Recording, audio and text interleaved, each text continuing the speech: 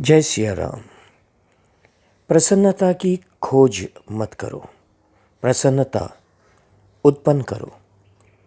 शांतिपूर्ण वातावरण की खोज न करें, इसे बनाएं।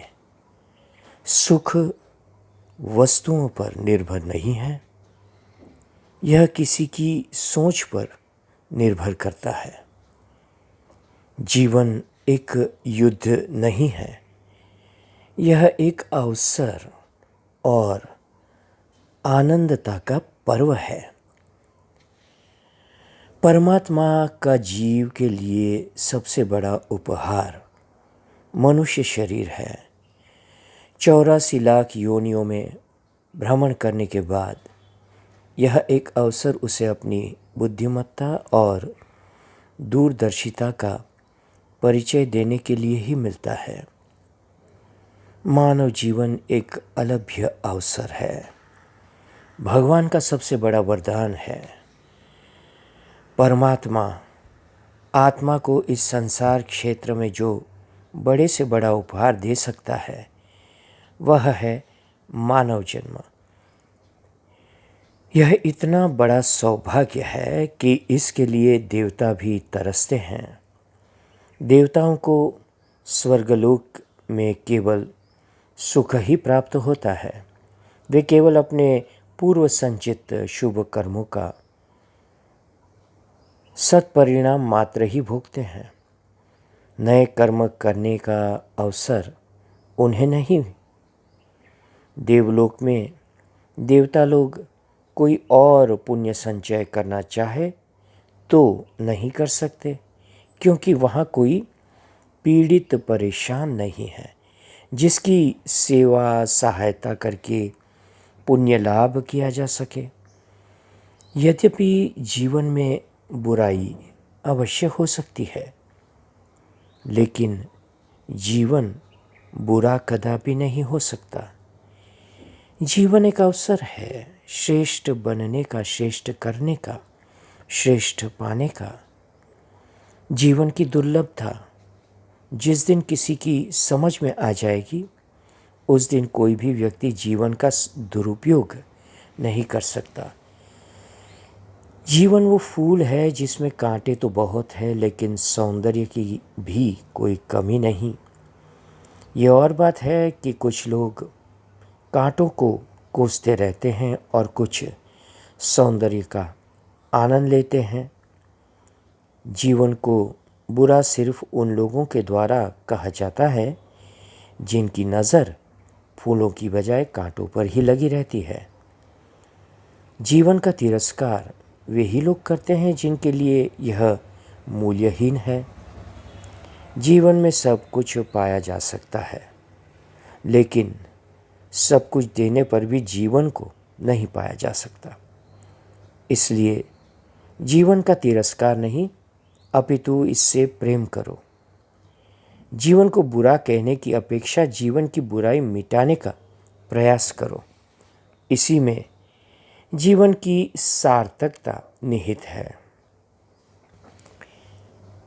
धर्म जानना नहीं, उस पर चलने का काम है।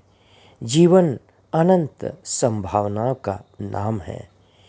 यह पूर्णता से ही पूर्ण किया जा सकता है। संसार में जितने भी प्राणी हैं उसमें संभावनाएं भी सीमित है। मनुष्य ही एक ऐसा प्राणी है जिसमें आध्यात्मिक व वैदिक दैविक संभावनाएं हैं। उसके अंदर अतुल्य सामर्थ्य है। बिजली की खोज करने वाले वैज्ञानिक ने तो स्पष्ट कहा था कि वह तो एक छोटी सी खोज ही कर पाया है। उसके लिए यह मुट्ठी में रेत भरने जैसा है। मनुष्य चाहे तो पूरे जीवन संभावनाओं की तलाश में व्यतीत कर सकता है। हर मनुष्य अपने जीवन का परिणाम जानता है, परंतु फिर भी उसके पीछे अपना जीवन व्यतीत करता है।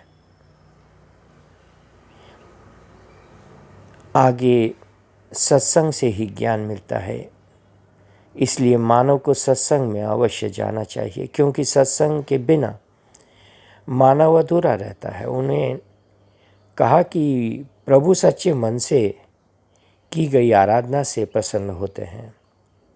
भागवत में कहा है कि प्रयास करो कि हमें किसी से कुछ मांगना न पड़े। मांगने से आत्मबल कमज़ोर हो जाता है। यदि मांगना ही पड़े तो प्रभु के आगे झोली फैला दो। कलयुग में वह व्यक्ति महान है जिसे भगवान की कथा सुनने का अवसर मिलता है। भक्त और भगवान के बीच गहरा संबंध है। जीवन में जैसा करते हैं वैसा फल प्राप्त होता है। उन्होंने कहा है कि इच्छाओं का कभी अंत नहीं होता। मनुष्य को पुण्य कर्म करने व भगवान नाम जपने से ही मुक्ति मिलती है। प्रभु नाम की महिमा का भी वर्णन करते हुए कहते हैं, अजामिल ने अपने जीवन में बुरे कर्म किए लेकिन संतों के कहने पर अपने पुत्र का नाम नारायण रख लिया। अंत समय में नारायण पुकारने पर मोक्ष प्राप्त हुआ।